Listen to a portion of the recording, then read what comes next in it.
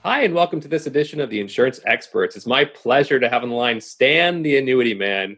Love Stan because I learned a lot about annuities by watching his YouTube videos. So it's really my pleasure to have you on the show today.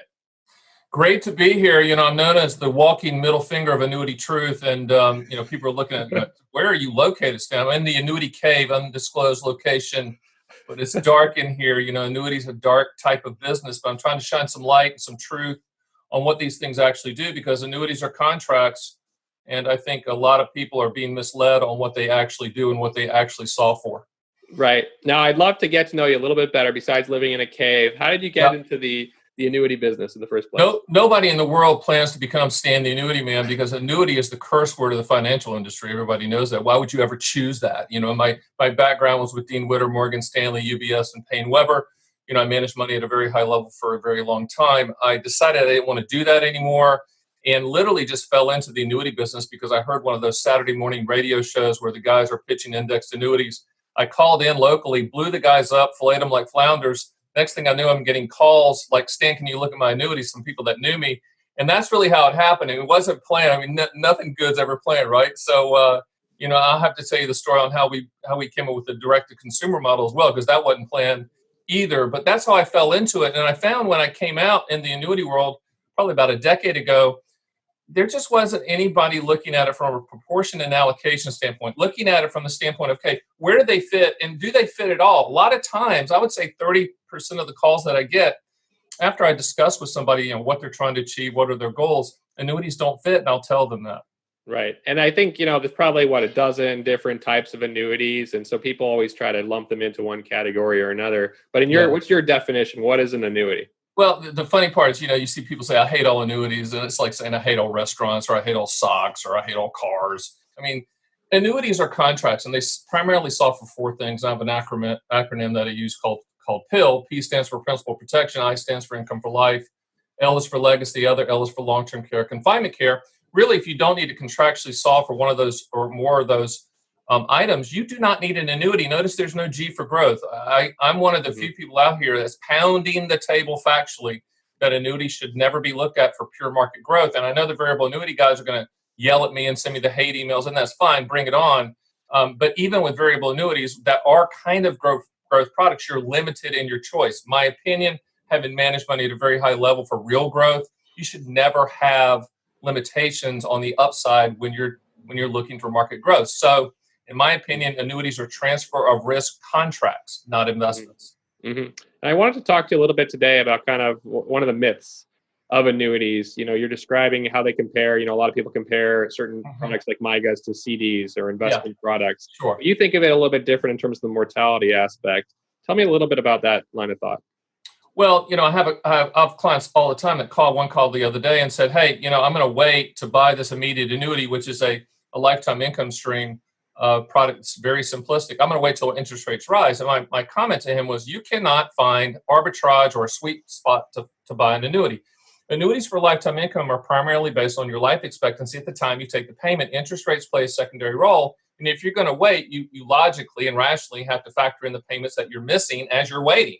So Mm-hmm. there's no way to time it, and there's a reason annuity companies have the big buildings. And I always tell people, there's no ROI on these things. There's no return on investment on a lifetime income stream until you die. Up until that up until that point, it's a pure transfer of risk. You either find value in that or not. Annuities are the only product on the planet that will provide a lifetime income stream, regardless of how long you live, for whatever reason. And business schools will study this for decades. The annuity industry does not pound the table on that monopoly that annuities have. Mm-hmm. Most people that buy annuities from Stan the Annuity Man, licensed in all 50 states, and arguably the top guy out here, because I'm brutally factual about this stuff, they use it for lifetime income, whether the lifetime income is starting right now or in the future. And there's only two questions I ask every single person. If you called me tomorrow and say, "Hey, I'm thinking about an annuity," here's the two questions. What do you want the money to contractually do? And when do you want those contractual guarantees to start? From those two answers, I can determine A, if you need an annuity or not, and if you do, what type will provide the highest contractual guarantee. It's that simple. Right. And I love that concept, right? Because, of course, defined benefit plans have kind of shifted to 401k plans. People don't really know how to decumulate. We have the Right. Secure Act now, which is going to hopefully make it easier to allow people to do that. But We'll that see. guaranteed income component, that's so important for people that are used to getting, this paycheck, during their working years. And now when they're retired, it's kind of a new world where you have to create your own paycheck. I love that ability for people to be able to construct their own personal paycheck. And what they need to understand is annuities are commodity quotes. They change every 7 to 10 days, like a gallon of milk. People also, I got a call the other day. I said, "What's your best annuity?"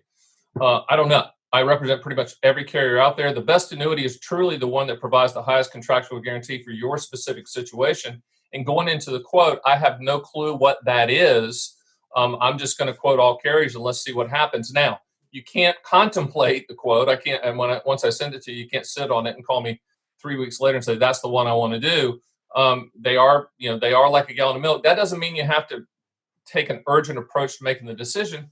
Just understand that go into it like buying a plane ticket. When you go to Orbitz or Priceline, you're buying a plane ticket, you're punching in what you want to do, and you're seeing the best contractual guarantee. Unless you're trying to get points on the specific airline, you could care less what airline it is. The same approach needs to be taken with annuities. Now, the industry hates me for saying that because they have the best annuity, right? No, they don't. They have a commodity product that they're trying to convince their agent of Army to sell for whatever reason. But I just go into it blindly, and I don't have any skin in the game. I don't go on incentive trips. I don't do any of that crap.